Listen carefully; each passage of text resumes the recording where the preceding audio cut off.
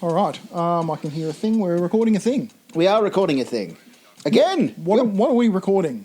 Back again. We're recording How Much for Just the Podcast with Damo and Mick. I'm Damo. And I'm Mick. You should know that by now. I should hesitate less when acknowledging my name. Wait, who am I this week? It's like, what am I being accused of now? Well, what's the games? It's like when you don't know the answer to the question, can I have a glass of water? Anyway. Reminds me, I've been answering the phone defensively like that recently because like every phone call is a scam now. Ah, yeah. Hello, is this Mr. Mick? And instead of going, hello, yes, I go, who's calling? Who's asking? Who are you? Depends. It depends on who this is. Yeah. I guarantee you don't need to know that. You've got the name on your little call list next to the number. Mm-hmm. You're not asking if that's me. You know that's me. Someone a few years ago signed up to a bunch of these, gambling things, but with my phone number. It was someone their name was Lauren or Michelle or something like that. So I was getting half a dozen text messages every day. Hi, Michelle, would you like to enter this? And blah, blah, blah, blah. And, 6 months goes by and then I'm getting phone calls. It's like, hello, can I speak to Michelle? There's no Michelle. She used the wrong number. She's a moron. I deal a lot at work with Lenovo, returns and stuff through them all the time. And I've just found it through experience that their contact management system does not handle multiple people with the same address very well. And I call on behalf of a company, so we have 300 people with the same address, and it seems like whatever the first one you contact them as, the first name, that's what sticks. And I found out that most people in my team have what we've started referring to as a Lenovo Sona. So when Lenovo calls, I'm Jennifer. Hi, Jennifer. Jennifer, who has an awesome surname, which I can't say due to privacy reasons, of course, well, which sucks. It is a name. Jennifer the Andorian. Let's relate this back to Star Trek somehow, because that's what this podcast is supposed to be about. We're just fucking randomly talking about stuff. Star Trek? What? Star what? Star Trek? Never heard of it. That's the one with the lightsabers, right? Yeah. Apparently, yeah. And the Daleks. Yeah. Exterminate. They get I am Locutus of Skaro. Yes. So this week we're doing Stormfront, which is Season 4, Episode 1 and 2 of Enterprise, or Star Trek Enterprise. Alternate history Nazis. Alien Nazis. Alien Nazis. They've recycled the prosthetics from Buffy the Vampire Slayer. Yeah, now that you mention it, yes, that is very reminiscent, yeah. This is my headcanon now, is that...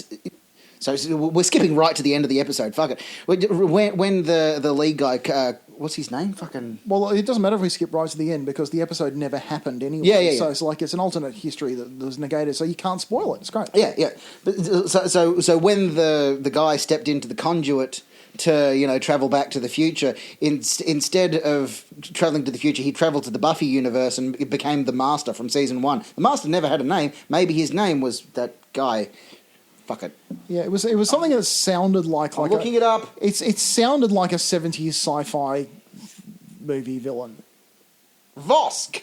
Vosk. So when Vosk steps into the conduit and goes, rather than travelling back to the future, he accidentally winds up in the Buffy timeline, becomes the Master, and becomes a vampire. Because it's the same makeup. It's exactly the same. They've got the red eyes, the bumpy heads. They're Buffyverse vampires. Yeah. Okay. Yeah. No. Fine. That's perfectly good.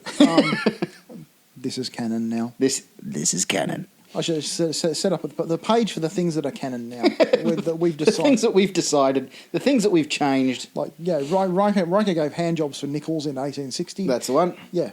And this guy went to Buffy. Yeah. This guy became the Master from Buffy.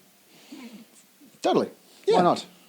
What was my other? Oh no, I was going to say the other thing I was thinking about making canon now was it's in Star Wars, so let's not go down that path. We'll save that for our other podcast when we start doing Star Wars bullshit. When we run out of Star Trek and you're 70 years old, we'll go back and do Star Wars. Star Wars in universe chronological order wouldn't be too bad at the moment because you get a lot of good stuff after Return of the Jedi. Yeah, you also get a lot of not good stuff. You get to watch the entirety of Clone Wars in between episodes 2 and 3. True. Although, like, I nearly didn't watch Clone Wars because, like, the third or fourth episode is called Bombad Jedi, and it's about how Jar Jar Binks is pretending to be a Jedi. And it's like, okay, I'm out. Done. Yeah, I think I watched episode 1 when it first came out, like the first, not episode 1 of Star Wars, episode 1 of the Clone Wars, and went, what's this bullshit? Why is Yoda bouncing around again? Oh, fuck off. And then just didn't go back for years until someone pointed out, no, actually, if you stay with it, it does get good. They're actually doing some shit. They actually make the clones into characters with personalities and stuff, rather than just cannon fodder to throw at droids. I mean, they did that to Anakin as well. Yeah. That's the thing. Clone Wars retroactively redeems the fucking prequels. Which is why I think my canon edition would retroactively redeem the sequels. Oh, the Ren. The Sabine drops a letter somewhere along the way, goes dark sidey and forms the Knights of Ren. The Knights of Ren is Sabine's squad. That's right. Yeah, you did tell me that. From like, she goes off and is a bad guy for a bit. Well, I think more like she takes the path of fast power in some kind of struggle for like the future of Mandalore. Just forms a squad. It was like, we've got to get shit done. And in the process of getting shit done, goes down a dark path that gets away from her. Yeah, and I think there you go. There's a backstory for the Knights of Ren that doesn't suck. I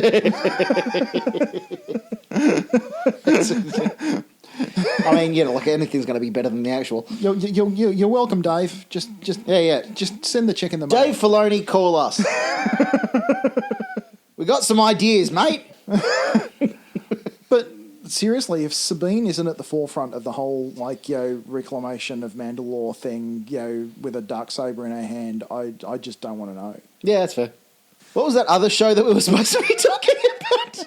This has gone off the rails more than it normally does. We're in the wrong fucking universe. Normally we go off on tangents about fucking other Star Trek series and other things that happen in Star Trek.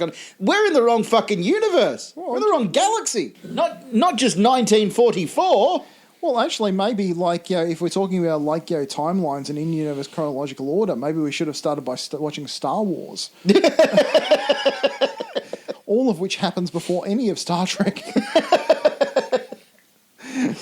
Yeah, well, probably, yeah. We're going to have to watch Galaxy Quest as well. Is it in the same universe, though? Because no. Galaxy Quest seems to strongly imply that there's no Star Trek in that universe. This is the thing. So, thing that I read on the Twitter during the week is that Galaxy Quest is the TV series that's like Star Trek in the Star Trek universe. Oh, okay. Which I kind of like that.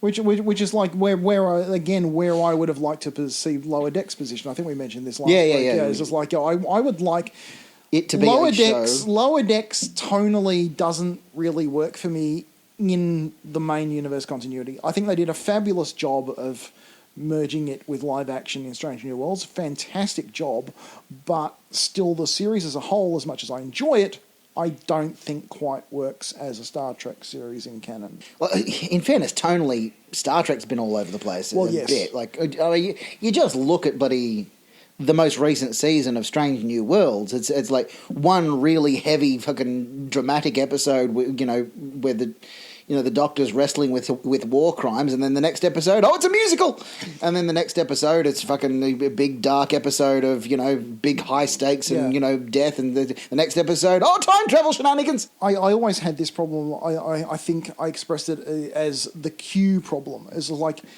Q is indisputably part of Star Trek canon. Yes. Q is a thing. There's a race of beings that can do pretty much anything that's indistinguishable from magic. Yada yada. Q cannot appear in some Star Trek series. Q does not fit in some of them. Enterprise. Q does not fit tonally in Enterprise. Season 1 Discovery. Q does not fit tonally. Season 1 Discovery, no. Season 1 Discovery was Star Trek refinding itself, really. Yeah. Because that was what brought Star Trek back to the television screen. Oh, absolutely. And they felt like that, because that dark, gritty, the dire sort of straits is what sci-fi was, and the whole arc of Star Trek over the last half a dozen years that has been sort of getting back to the roots, I suppose, As like steering the ship back to where it should be. Which, look, I'm not even talking about Gene's vision or that sort of thing. It's just like shit hit the fan a lot in the early 21st century. I don't know if you heard about some things that went down. It's been a bit of a shit time last 20-odd years. Yeah. It's been a bit of a thing, you know? Yeah. So for a while there, the hopeful fucking... The hopeful, optimistic, utopian future that we all know and love from Star Trek wasn't a thing that people wanted to see on the screen. People wanted to see Battlestar Galactica. Like, you look at the Stargate franchise as well. Stargate SG-1 was an adventure series with a very heavy dose of comedy. And, like, Stargate Atlantis is almost more comedy than action. And then they went with Stargate Universe, which is very fucking dire, very, very dark, gritty, and it's what killed the franchise. It's because that's the way that science fiction was heading in general. Like, this is a commentary on the genre as a whole. Like, the Sci-Fi Network, or the Sci-Fi Network as it's called now. That's the one with the wrestling, right? Pretty much.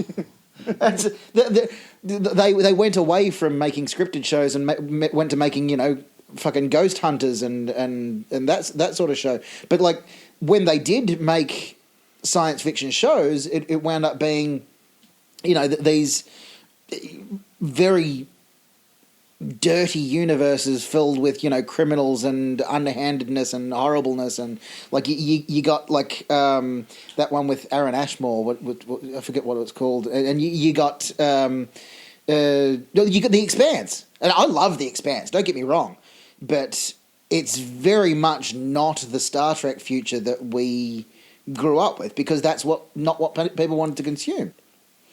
The point I'm trying to make is it's very capitalism taken to its ultimate extreme is what The Expanse is. And whereas Star Trek is capitalism has failed, because guess what? It's fucking failing now. So we've had to find another way forward, another way of doing things. And that's not what people wanted in the early 21st century. Maybe you're listening to this in 2050 and things have changed, but I don't know. But the point is, like, Discovery Season 1 was leaning into that, because that's what science fiction was at the time. Yeah. Season 2 was sort of, again, steering the ship back. Picard's the same. Picard was the same. Like, Picard left Starfleet because it wasn't the Starfleet that he knew. Like he says in the first episode, because it was no longer Starfleet. And the rest of the arc of that show is steering the ship back to what it should be about, is exploration and you know, diversity and understanding and you know, all that sort of stuff. And making Picard into a robot. Well, that too. I'm not saying it did everything right. But, you know, that's the way I see the arc of the show. Yeah, no, it's a fair take. Because I mean, and it makes sense in universe as well. Like in universe, the Federation's come out of the Dominion War, and they're a lot less trusting and a lot less willing to just, you know, throw everything at the wall at exploration and science and advancement. They want protection, and so the Federation itself, over the 20 years between at the end of Deep Space Nine and the start of Picard, has become a much more insular, much more sort of Federation first. Anyway, anyway, yes, no. So that's the point. That I think Discovery Season 1 is very much tonally different to what Star Trek traditionally has been, and that is the problem that Enterprise faced. Right. Enterprise as a series came out like a fortnight, like it started about a fortnight after 9/11, just when the world started to go fucking mental. It went mad, and people didn't want to hear about us, you know, making peace with our enemies anymore. Well, Americans didn't. The US didn't want to hear about how infinite diversity and infinite combinations. No, they wanted fucking make America great again. They wanted more of the bullshit that we got for the last fucking 20 years. Well, I mean, look, if on the other hand, though, if they'd stuck with it, they could have got that. season 5, you're like, the Romulans you could have a war for dilithium, and everyone find it very relatable. Exactly. Yeah. There's parts of Enterprise, to their credit, they did do it a bit, like when the Marines came on board in, I think it's season 3. Like there was very much sort of a bit of a back and forth between whether Starfleet was going to be a more militaristic organisation or one dedicated to science and exploration. Yeah. So they had those Marines on board, and there was a bit of clashing between Archer and the head of the Marines, whose name I forget. Anyway, my Enterprise rewatch is only in about mid-season 2 at the moment. Yeah, and and most of it I'd forgotten. Yeah, I have not revisited it for a very, very long time. The first 2 seasons, and look, I haven't revisited it either. Like this last, Stormfront is the first episode of Enterprise I've watched in a decade. Just to formally make the point on the record, I was like, I'm not going to talk about Stormfront. I have nothing to say about it. I've got a couple of things to say, but the point I'm trying to make about Enterprise is they did try for some allegorical things here and there, which is what Star Trek's always been good at, and they did do some commentary on the militaristic thing, but with the Marines and stuff, but also they fucked up some allegories. Oh, and Vulcans have telepathic space aids. Yeah. As a heavy-handed fucking metaphor for the AIDS crisis, which might have been timely in early next gen. Yeah, but in 2005, we get it, man. Yeah, we don't need to we're not dancing around AIDS anymore. We're okay. No. Pretty soon, the gays will even have rights. How weird would that be? Yeah, but so they did try and do some of those allegorical things, and that's when it was at its best. And I think it really hit its stride in season 4, and then it was cancelled. No. And this Stormfront as an episode was basically just tying off the loose ends of the previous. It really 3 feels seasons. let's just put that bullshit aside and just let's do it. Let's boldly go somewhere now, please. There's some cool ideas in the temporal time war, the temporal Cold War, I should say. There's some cool things that they could have done and they never did. They never got there. Because when Enterprise was first, introduced, they wanted just a straight prequel. That's all they wanted out of it. And it was the network that said, "Oh no, you've got to have fucking future bloody stuff so we can, I don't know, you've got to have something based after Voyager that would have moved the story forward." Yeah. They didn't want to do that, but they threw the temporal Cold War stuff in as basically an afterthought. But then it carried through all 4 seasons, and this Stormfront is really the culmination or the conclusion of it, and it's just a bit of a flash in the pan. It's just it goes nowhere. Well, have we talked on the podcast yet about my theory about Enterprise? No, we've alluded to it. Yeah. Yeah, so in Broken Bow, in the beginning of Enterprise, a temporal Cold War fuckery happens, and there's this Klingon, and Enterprise, due to this, leaves space dock 3 days earlier than planned. Thus, I'm saying, created an alternate timeline, and I think that what they were setting up was what they eventually did with the Kelvin universe. I think this was a Kelvin universe type of event, where basically said, okay, temporal fuckery happens, Enterprise left early. If that's undone later, Enterprise leaves 3 days. Enterprise leaves on its original schedule, and you get a whole new fresh start. So, thus creating Enterprise as a little excised pocket timeline where you could have Ferengi and Borg and do whatever the fuck you wanted and bring in all the weird shit. Then just but it doesn't fit the continuity. It's just give us a minute. This is different continuity. It's okay. But because they didn't mention anything like that up front, all they copped was criticism. Was but you can't do that because we know that didn't happen. It's sorry, haven't you got a voice for that? Excuse me, I think you'll find that didn't happen in canon. No.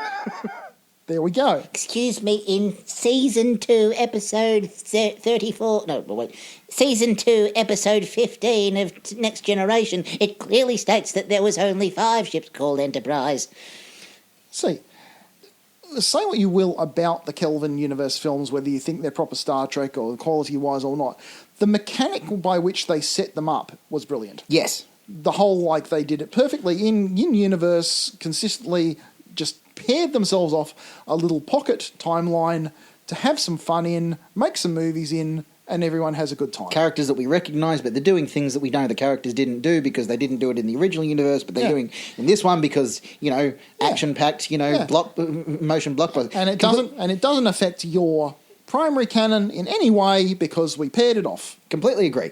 Like, they set it up brilliantly. My biggest problem with the Kelvin... I love the Kelvin universe. I love the movies. My biggest problem was that they set that up, and the very first thing they did was Khan. Yeah. That's exactly what... They followed it up by doing the same story that they've already done, but let's make it a fucking 9/11 truther metaphor. Yes. Let's make it a fucking false flag operation that somehow... Because... one of the writers, I think it's Orky. Yeah, because Kurtzman's still there. One of them is very much a fucking 9/11 truther. It was an inside job. Osama was working for... Like, very much. Like, he's done big Twitter tirades of it. And if you look at Into Darkness, the plot of it, it's a 9/11 truther metaphor. They changed the number of fucking frozen... So in Space Seed, the first one with Khan, they have... they had a number of frozen, superhumans, the Khan's followers. Khansicles. They had a certain number of them. Into Darkness, they changed it to 72. Like the number of virgins you get when you sacrifice yourself for the good of, 69 was right there. Exactly. Like, you could have done literally any other number, or you could have done the number that they fucking established in the episode originally, but instead you wanted to do this fucking heavy-handed 9/11 truther bullshit, because it is bullshit, ladies and gentlemen. 9/11 wasn't an inside job. Fucking Occam's razor. Sometimes the simplest explanation is the fucking the most logical. It's fucking hell. Why have we gone political in this episode about Nazis? Can't we just hate on the Nazis without having to get political? Why do you have to bring politics into everything? Can't we just have a good time? Can't we just punch a Nazi with a fucking No, punch an alien Nazi. That's even better. This is the problem with the temporal time war, is the fucking sides were very ill-defined. Like, you had Silic, who gets his ass handed to him finally in this episode. Like, he gets killed by a Nazi, shot in the back, and it's like, that's all it took? What, could have done this, 3 seasons ago. I always thought they were kind of hedging their bets as like, who are the good type side really? Who's the good size bad guys? Yeah. It's like, they wanted to keep it deliberately ambiguous so they could pivot a thing, but they just... But they didn't. They didn't give any of the sides a name. Like, they didn't define them well enough. Look, because again, like the temporal Cold War was sort of just a tack on at the end, sort of thing. Yeah. Like, Daniels, the temporal agent, was just sort of like an afterthought. And like, if the whole series had been about the Cold War, maybe you would have explored it a bit. Daniels was very much in like the Smoking Man X-Files analog. It was just like he just like come in and just like hand you some plot every now and then. And just like wander off and like who was that man? And it's like, in this episode, it's like Oh, did you send us it? Yep, I did it. Okay, but what? Why? Yeah. Oh, because the guy that started the temporal Cold War is back here, and we want you to go and stop him. And he happens to be an alien from Buffy. And it's... Okay, why didn't you do this, mate? Why didn't you... Because because Cold War proxies, just like the whole point of a Cold War is you don't do things. But I mean, he says in the episode, like, they've started altering history, because this timeline didn't start with fucking with Vosk and the alien. It started with Lenin being assassinated. It's a timeline thing. It's like they don't start at a point. It's like if they've started. Decreeing this is the point at which they've started altering history is just almost nonsensical. Yeah. It's like it's just time doesn't matter anymore Yeah. in this, and you're suddenly going, but now they've started doing a thing. It's like, no, they did this in hundreds of years ago. Yeah, this is why Vosk, like, and again, like as you mentioned, this episode is very much showing what a stupid idea watching Star Trek in chronological order is. Yep. Is because this makes no sense in context. Without any context, without any idea. I have never at any point described the foundational idea of this podcast as anything other than a stupid idea. We've never we've never claimed otherwise. It's just a couple of fucking ridiculous dickheads watching a show in most ridiculous dickhead order. Anyway, but like, because you watch this episode and Silic, who has been a bad guy for 3 seasons, he comes along and, you know, is got the, like, he just appears out of nowhere, and then he steals a shuttlecraft, and then he comes back on board disguised as Trip, and it's like he's been the main bad guy for most of the thing. Vosk, this is the first episode he appears in, and it's the last episode he appears in, and apparently he is the person who started the temporal Cold War because he had this stealth time travel. How the fuck's that work, by the way?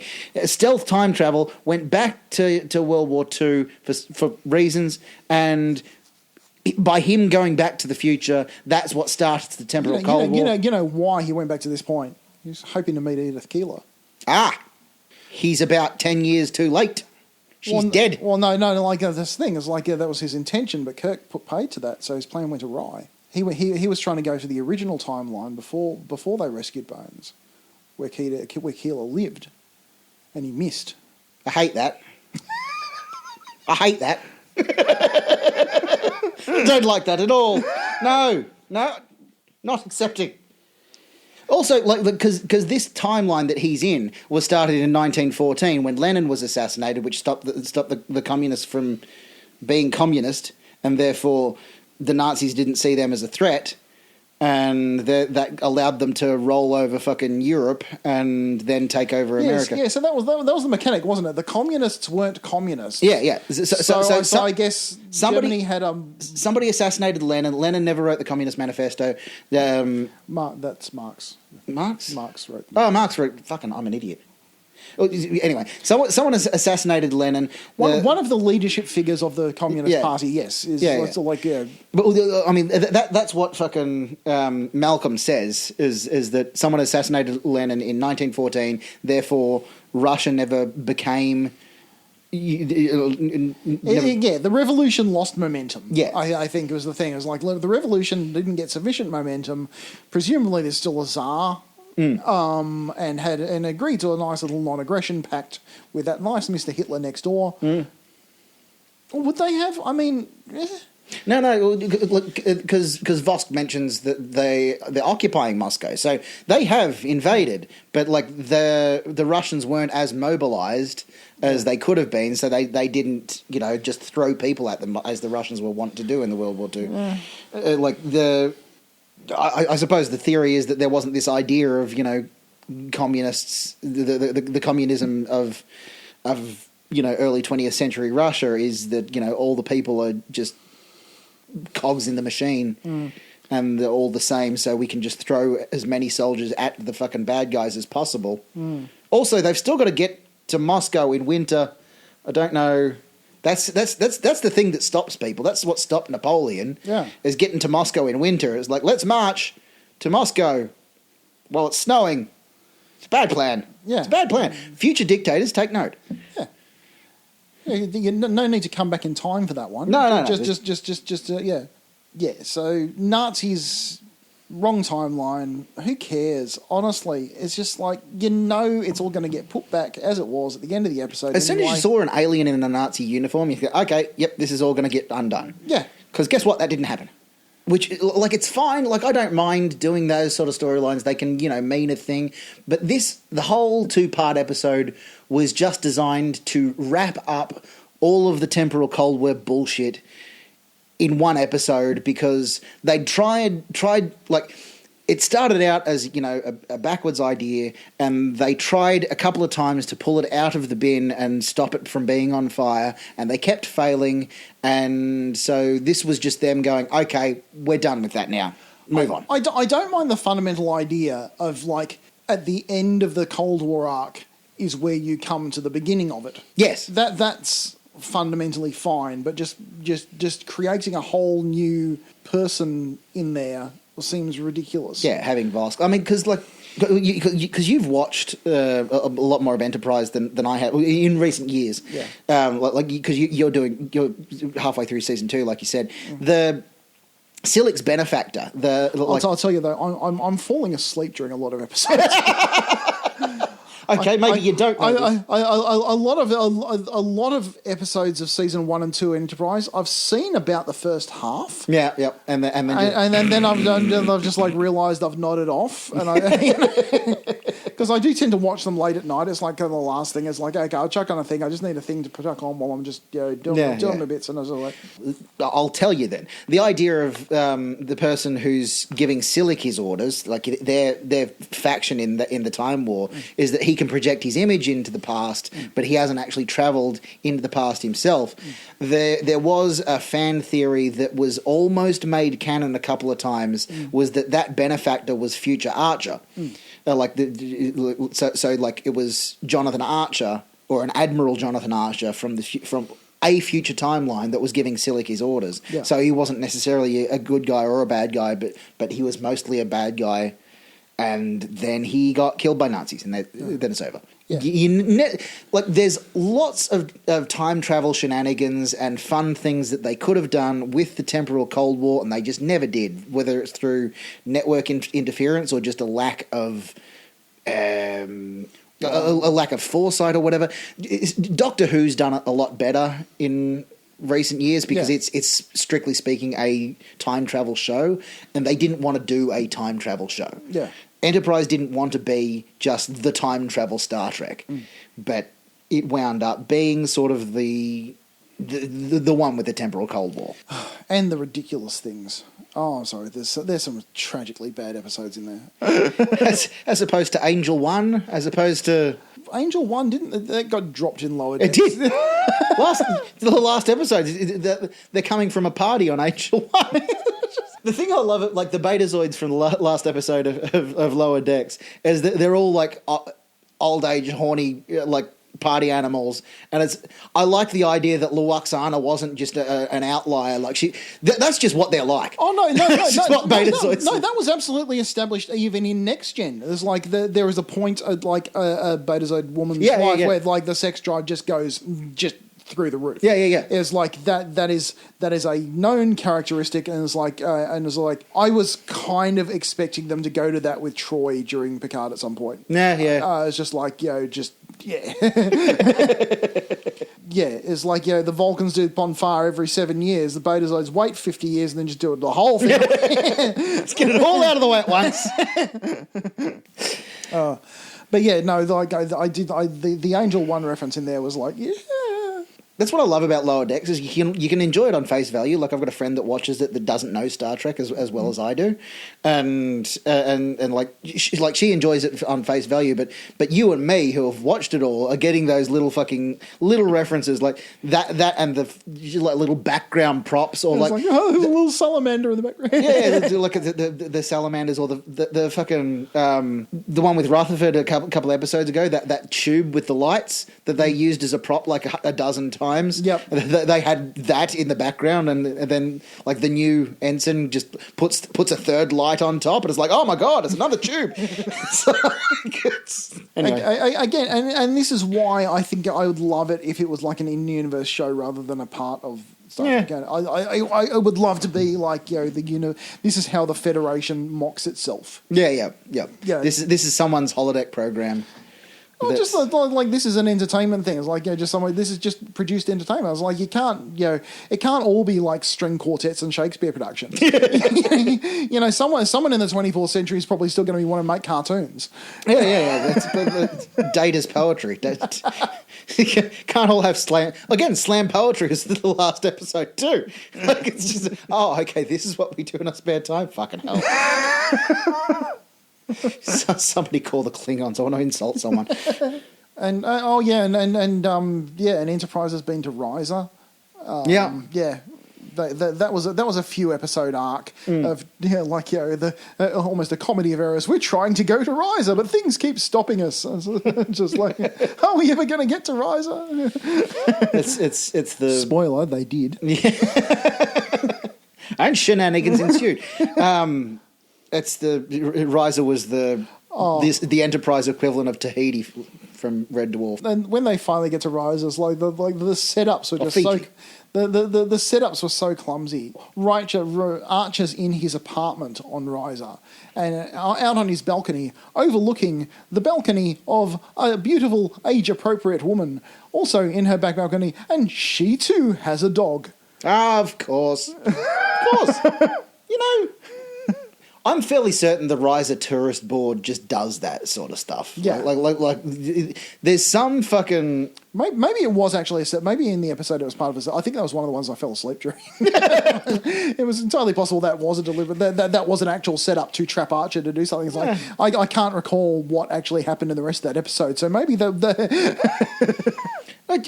happened But you think a Starfleet captain would like go, this is a bit too perfect. It happened to Picard as well. Like he ran into someone interested in archaeology. That seems to be just the thing that Risa does, aside from the fucking statue. Yeah. The statue that says, I want to fuck. Yes. Jamaharon, that's the word I was looking for. It was there in the back of my mind. The people of Risa know what the fuck they're doing. Oh, yeah. We're the fucking planet. Yeah. Just, you got to own it. But, I mean... If you're in a post-scarcity society with, easy access to Medicare, all of the antibiotics for whatever space-borne virus is, why wouldn't you? Like, why wouldn't it be a fucking ridiculously horny century? That's Gene's vision. The only thing that I don't get is, like, if you posit that Risa exists and it's like, the perfect paradise pleasure planet thing and everyone, like, is there for the thing and just... Why doesn't Riker just live there? That's where he goes every shore leave. It's like, why would he ever leave? It's like, it's not like he needs a job. Yeah. But like, it's just like, you just replicate all the money he needs, all the a lifetime's worth of Risa currency, just beams down and he can just like, fuck till he dies. Variety is the spice of Riker. But you never know who's going to beam. I mean, everyone beams down to Risa at some point. No. Just wait. Yeah, just like sit at the table, wait for the universe to come to you. I suppose. Traditionally, like in pop culture, it's Kirk that's the hornbag. Kirk wasn't that much of a hornbag. Like he got a bit of tail every now and again. He was mostly pining for Edith. Yeah, but mostly pining for Edith or Spock. There's supercuts that because for some reason a lot of the people like the Star Trek Twitter that I follow are like all of them are Spirk shippers, and it's hilarious because me being a straight bloke, I've watched the original series and just gone, oh yep, so they're best mates, they're best friends or whatever. You'll watch the original series through the lens of maybe they're gay.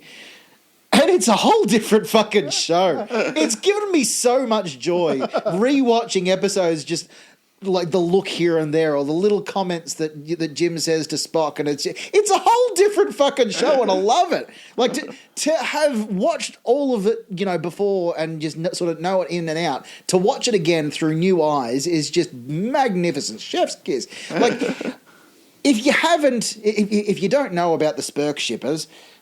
Again, why are you listening to this podcast? But also, if you don't know, like, if Spock and Kirk are gay, there's a lot of fan fiction written about it. The original fan fiction was about Spock and Kirk fucking like animals.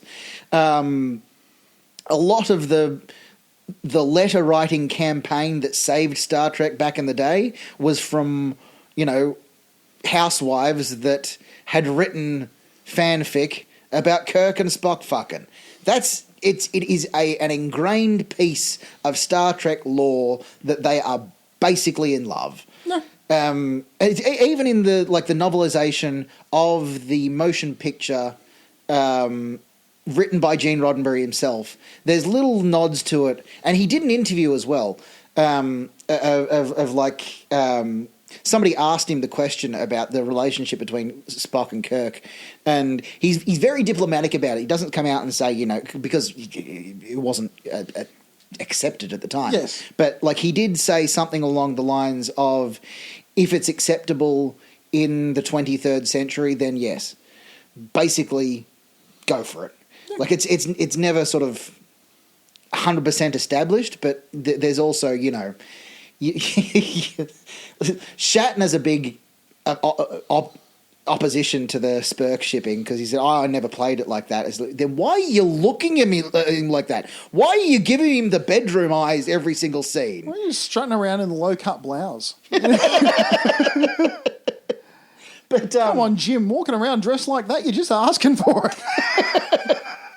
But if you are unfamiliar with this trope, and if you don't know anything, go back and rewatch the original series and just have it in the back of your mind, what if they're in love? What if? It adds it adds a layer. And it adds a lot of weight to Edith Keeler must die. Yeah.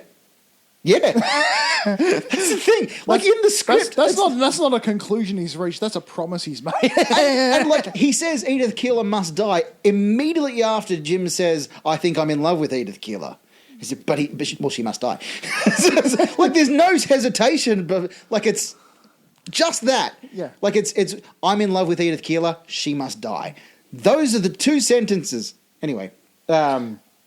So going back to the motion picture as well, the bit where Spock's on Vulcan, about to undergo Kolinahr to rid himself of all emotions and all of that sort of stuff, and he says no, stop, because he senses that Kirk needs him, and that's why he goes back to Starfleet. Yep.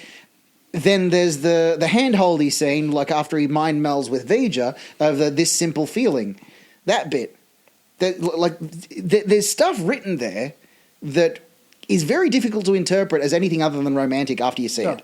Anyway. Yeah, and it's a dynamic missing from all the other productions. I think there's not another strong ship like that on any of the other ships. No, not really. No, there's probably the closest it comes is Chakotay Janeway, which. But even then, they really didn't go down that road. And huge respect, they could have. That would have really fucked up Janeway. There was the episode where he built her the bath because they were both stranded on the planet and whatever, and that was the moment there where it would have happened. But as soon as they go back to the ship, they're back to being professional, and that's one thing. But also aside from Kirk and Spock's the quintessential one. I guess my point is I really kind of appreciate that they haven't tried to produce a second one. Well, because it kind of happened organically. It was partly the scripts, and it was they were very much two sides of the same coin, and just sort of and even in the Kelvin universe, the relationship defines them in ways that you cannot yet fathom, and all that sort of stuff. Kirk and Spock are the bedrock on which Star Trek was built, and that sort of came about sort of organically, which again goes back to the Enterprise thing, whereas the Enterprise was trying to be a bit of a throwback to the early. That's why they had the trip to Pol and Archer dynamic, is because they were trying to recreate the Spock Kirk McCoy dynamic. And they never really got it right because it wasn't. Although on broad strokes level, I do like the way in Enterprise they kind of fleshed out the human Vulcan dynamic. That mirrors what became the Jim Spock dynamic. Yeah, but coming at the Vulcans like raising their eyebrows at these wacky little human antics, and the humans going, "You guys need to just like just deal with some shit occasionally, you know." Yeah. You know, and I like the broad strokes of Enterprise on that front. Yeah. Especially when it comes to when they're interacting with the Andorians. Yes. And how like the Andorians and the Vulcans have been at each other's throats. And so it winds up being the humans that sort of forge the peace of it and carry the Federation forward. Like the Federation, although it does, I do find it a bit jarring that the Andorians keep referring to the humans as pink skins. Yeah. And it's like there is a little bit more to it than that. Even just on the fucking bridge of the Enterprise, it's not just.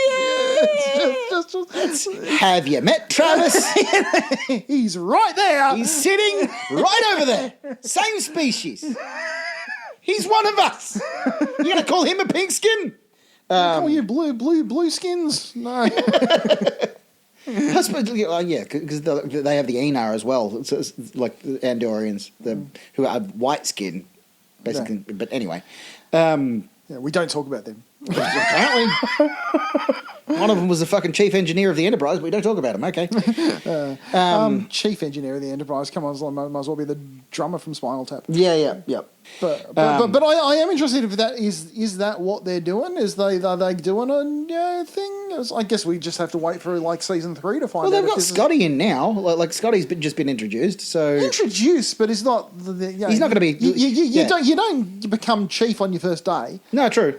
And I think it wasn't just me. But I think you had that moment as well. When he first appeared in the thing, I thought Chekhov. Yeah. Just on the look of the actor, I thought, oh, they've introduced Chekhov. And with the youthful thing as well, like it very much, thought. But then you hear the Scottish accent, and it's like, somebody did mention, it's like, what if it's just another guy with a Scottish accent? There's surely more than one person in the Star Trek universe with a Scottish accent. But as soon as you go fucking, oh hi, it's Scotty. He was from Scotland Planet. He's just a guy from Scotland Planet, which is right next to Midwest US Planet. just over the ways from the Irish Planet that they introduced in TNT. There was an Irish Planet that actually existed. They had chickens and yet cows. Still no Australia Planet. No Australia Planet. No Australia. Can't find any canonical Australians in Star Trek. This is another conversation we had at the pub, and I think we found one. I've forgotten what it was now. Yeah, see, he was that unimportant. Yeah. He wasn't an important character. Might as well be in Ensign Bullpit or something.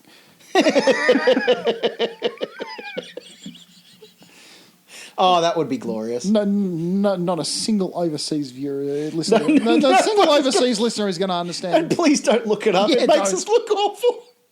Don't look up Kingswood Country or Bullpit. You're not taking the Kingswood. You know, there's got to be a shuttle, a type of shuttle called the Kingswood. Oh, there has to be. That'll be in Space Tradies. Which is getting very detailed in my head now. The saga of the USS Exford. Is this I think this is the first time we've actually mentioned on the podcast. Actually, no. Like it's sort of been mentioned in tangent a couple of times, but I've ended up cutting it out because it didn't really link to anything. Okay, it was just kind of a bit of a. The seed of the idea came from Chief Miles O'Brien. Yes. Who is a non-commissioned officer who therefore must have gone to some version of Space TAFE. Yeah.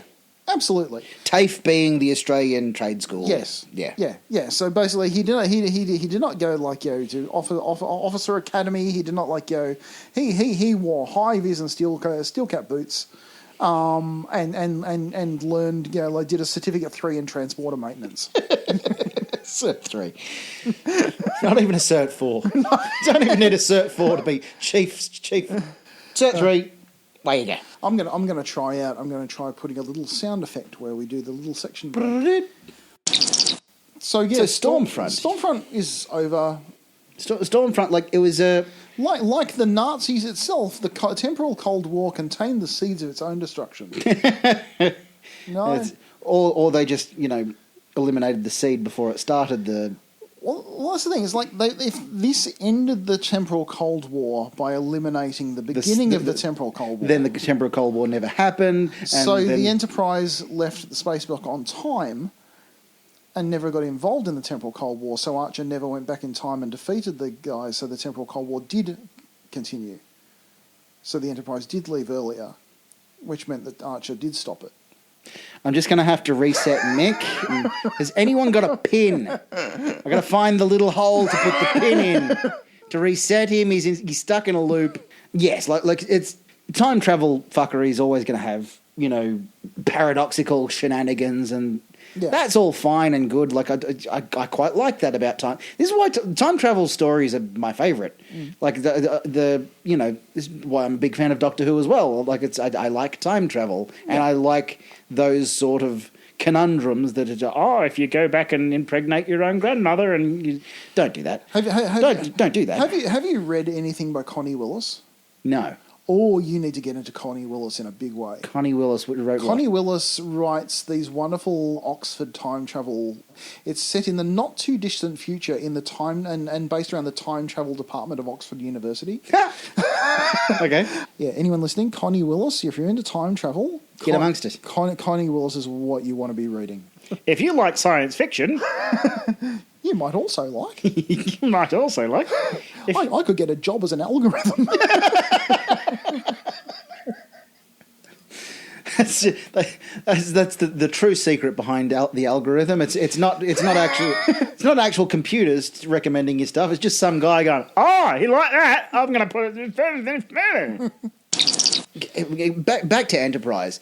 This is my firmest desire with Strange New Worlds. Bring back Ambassador T'Pol as like a mentor. You don't even need to, because she's got the Vulcan thing going on. You don't need to, digitally age her or whatever. The thing is, I've seen some discussion about like people wanting this to happen as like, and I agree. I would love to see T'Pol reintroduced as an actual character and given some proper fucking lines. Yeah, but she was done dirty in Enterprise.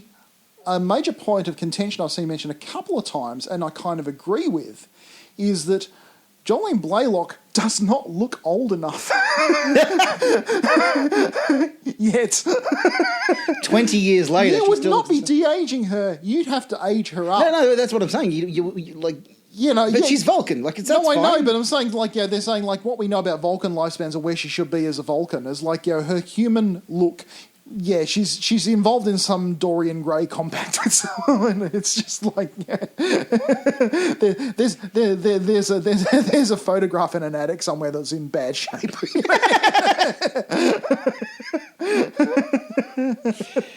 Jolene's doing fine. Yeah. I just want. I want them to properly acknowledge Enterprise as something, because like it feels like a lot Well, Enterprise. Strange New Worlds put a toe in that water. They did, yes. They did. Briefly, which was very nice. Yeah. They mentioned Hoshi. They mentioned the grapplers. They mentioned that sort of stuff. But like it's TNG started with a Bones cameo. They had Spock. They had Scotty. Deep Space Nine had Q. They had O'Brien. They went to Trials and Tribulations.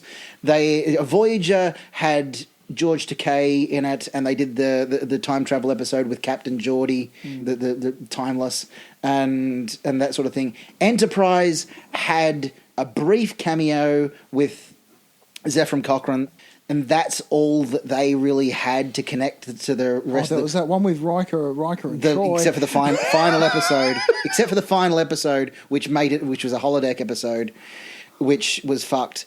Strange New Worlds hasn't had that much connectivity directly with other series aside from Discovery, in terms of like obviously they've got the original series characters, but there's the Lower Decks crossover, sure, but there hasn't been a lot of cross pollination, which I think is deliberate. Strange New Worlds is in this really weird situation of having had its rough season 1 in a different show. You're not wrong. It has come out of the gate very strong. Like I think it's probably irrefutable that it has the strongest season 1 of any Star Trek show. Yeah. Because season 1 of a Star Trek show, aside from the original series, has always been a bit fucking bumpy. Until Strange New Worlds, I would have said Lower Decks maybe had the strongest season 1, but even that on a rewatch is a bit up and down. Yeah, they still sort of hadn't found their foot. They were still trying to do a bit of the Rick and Morty thing, a bit to Yeah, Strange New Worlds out of the gate is the strongest opening, which maybe because they're using legacy characters, maybe because they did have that season 1 or season 2 in Star Trek Discovery. Yeah. But it's kicking goals left and right. And there were some shorts. There was some little bits and pieces. They got to do their experimentation before they started. Well, it seems to have worked really well. Yeah. So, but I still would like some cross pollination between Enterprise and Strange New Worlds. I want them to make the past right, because Enterprise was just finding its footing with season 4. Like Stormfront was basically throwing out the old bathwater with the temporal Cold War stuff. Yeah. Killing off Silic, getting rid of Daniels, and Manny Cotto, who took over show running in season 4, basically was given permission to do references to the original series, because they sort of banned that for a long time. But in season 4, they got to do things like that first Mirror Universe episode, like In a Mirror Darkly, and they got to do there's some very good episodes in season 4. I want to see some more Andorian representation. Yeah. The Andorians are so well established in Star Trek. They've been around since and the start. yet so vaguely defined. Yeah, and that's when Enterprise started getting good, is when they started delving into those sort of early relationships between the Vulcans and the Andorians, and even if you throw the Tellarites in there, or like the other background races, the Caitians. We got a bit of Caitian stuff with the Doctor from Lower Decks, but also like they've just always been there. Yeah, just sort of as background extras, and like you're putting this makeup on people. Give them a character. Give them something. I will say one thing for Star Wars is that every single main character has 17 tie-in novels to establish their fucking backstory and whatever. And like don't go to that extreme, but at least give them something. Give them a bit of something. Yeah, don't do all their character development in the episode you kill them off in. Yeah. Final thoughts on Stormfront? Yeah, it was the end of a thing that we didn't. It was like it wasn't. It was the end of a thing we didn't see the beginning of. It wasn't terrible, but as a conclusion, as an epic conclusion to the temporal Cold War arc, it's a bit flat. It's a bit of a fizzer. Yeah. It exists just to throw a bunch of shit in the bin so that they can do other shit in season 4. Yeah. Which is fair enough, but also then they didn't get a season 5, and that's a fucking travesty. I'm not sure this needed to be a 2-parter again. I went the opposite way. Like I feel like the shit that's like glossed over, and this could have been a season. Like this could have been a half season arc.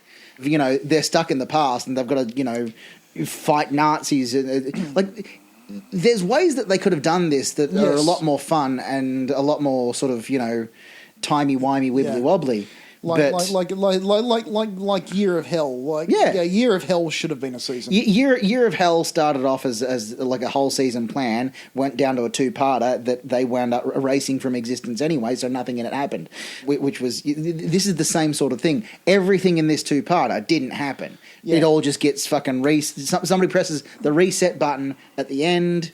And that's no more time war, no more temporal Cold War. Except that there was, because the Enterprise was there. Because if the temporal Cold War wasn't there, then the Enterprise wasn't there. So the temporal Cold War was there. Get a pen, or maybe it's a fucking clockwork thing. Maybe we're gonna wind him up. Just anyway, I'm going to go get a pin for Mick. We'll see you next fortnight. We'll see you next episode. When the next one drops on our erratic schedule. In the meantime, computer and program. Mr. Worf, throw him in the brig. How Much for Just the Podcast is a Grouse Media production. The theme music you heard was the Picard rap by Nikolai Kingsley. For all links to our stuff, we have lots of stuff, go to prettygrouse.com. Where the hell are we? Transporter room 3. Engage. Oh, great. Energize. I understand the words you're saying. I do know what a camera is. You've seen I remember when they invented the camera when I was a boy, and you used to have to turn it with a crank.